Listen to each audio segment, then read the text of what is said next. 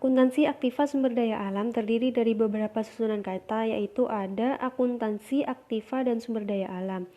Dalam KBBI, akuntansi diartikan sebagai seni pencatatan dan pengiktisaran transaksi keuangan. Aktiva merupakan kekayaan yang dimiliki oleh seseorang maupun perusahaan, sedangkan sumber daya alam itu sendiri diartikan sebagai segala sesuatu yang ada di alam yang bisa dimanfaatkan untuk memenuhi kebutuhan hidup manusia. Dari beberapa pengertian di atas dapat disimpulkan bahwa akuntansi aktiva sumber daya alam merupakan pencatatan keuangan mengenai kekayaan atau aktiva sumber daya alam yang dimiliki oleh perusahaan maupun perorangan. Macam-macam sumber daya alam. Sumber daya alam di sini dibagi menjadi dua, yaitu sumber daya alam yang dapat diperbaharui dan sumber daya alam yang tidak dapat diperbaharui. Sumber daya alam yang dapat diperbaharui diatur dalam PSAK 69 tentang agrikultur, di mana tujuan dari PSAK 69 ini yaitu untuk mengatur segala bentuk perlakuan akuntansi dan pengungkapan yang terkait dengan aktivitas agrikultur. Sedangkan untuk sumber daya alam yang tidak dapat diperbaharui diatur dalam PSAK 64 tentang aktivitas eksplorasi dan evaluasi pada pertambangan sumber daya mineral. Tujuan dari PSAK 64 ini yaitu untuk menetapkan pelaporan keuangan atas eksplorasi dan evaluasi pada pertambangan sumber daya mineral. Pencatatan dan penilaian sumber daya alam terdiri dari prinsip harga pokok dan prinsip mempertemukan, atau yang biasa dikenal dengan cost and matching principle.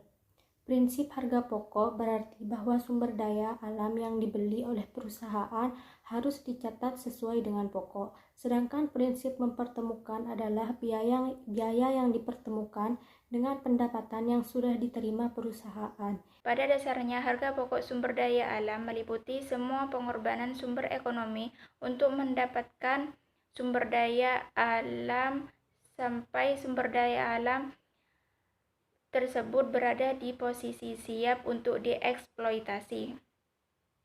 Harga pokok sumber daya alam dibagi menjadi 3, yaitu 1. Harga beli, yaitu semua pengorbanan ekonomi yang terjadi dalam hubungannya dengan perolehan hak untuk mencari dan menemukan sumber alam. Dan yang kedua, biaya eksplorasi, yaitu semua pengorbanan ekonomi yang terjadi dalam hubungannya dengan usaha untuk mencari, meliputi, dan menemukan barang tambang pada daerah tertentu.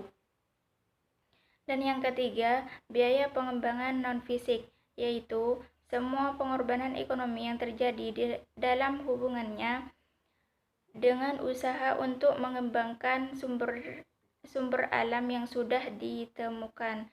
Sumber daya alam seperti emas, tambang batu bara, hutan minyak, dan lain-lain setelah dieksploitasi nilainya akan berkurang.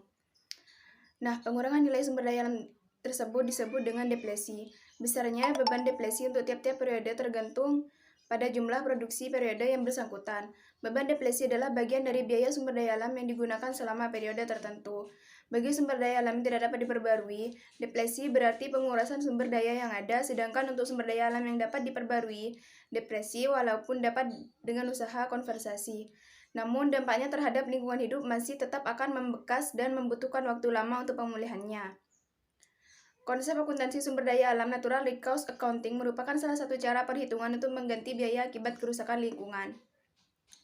Di mana di dalam konsep akuntansi sumber daya ini terdapat penghitungan degradasi lingkungan hidup dan perhitungan terhadap depresi sumber daya alam. Ada 3 hal yang perlu diperhatikan ketika mencari nilai depresi. Yang pertama, harga perolehan aktiva. Yang kedua, taksiran nilai sisa ketika sumber daya alam sudah dieksploitasi. Yang ketiga, taksiran hasil yang secara ekonomis dapat dieksploitasi.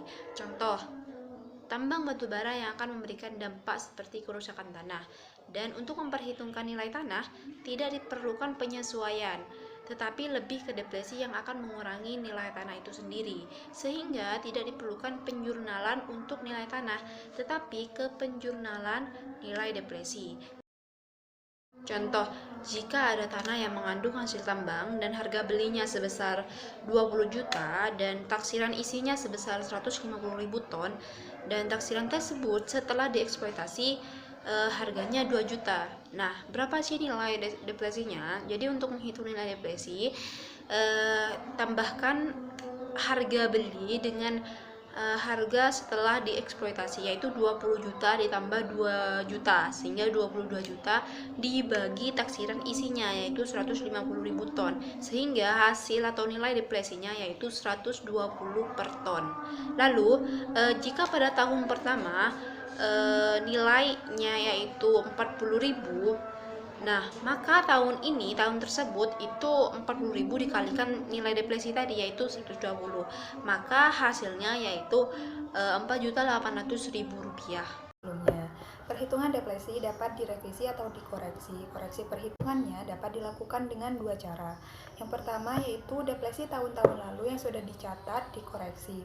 Begitupun dengan depresi yang akan datang. Cara ini dilakukan sama halnya dengan aktiva tetap.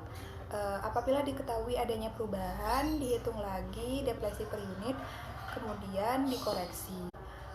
Untuk cara yang kedua yaitu depresi tahun-tahun lalu yang dicatat tidak dikoreksi.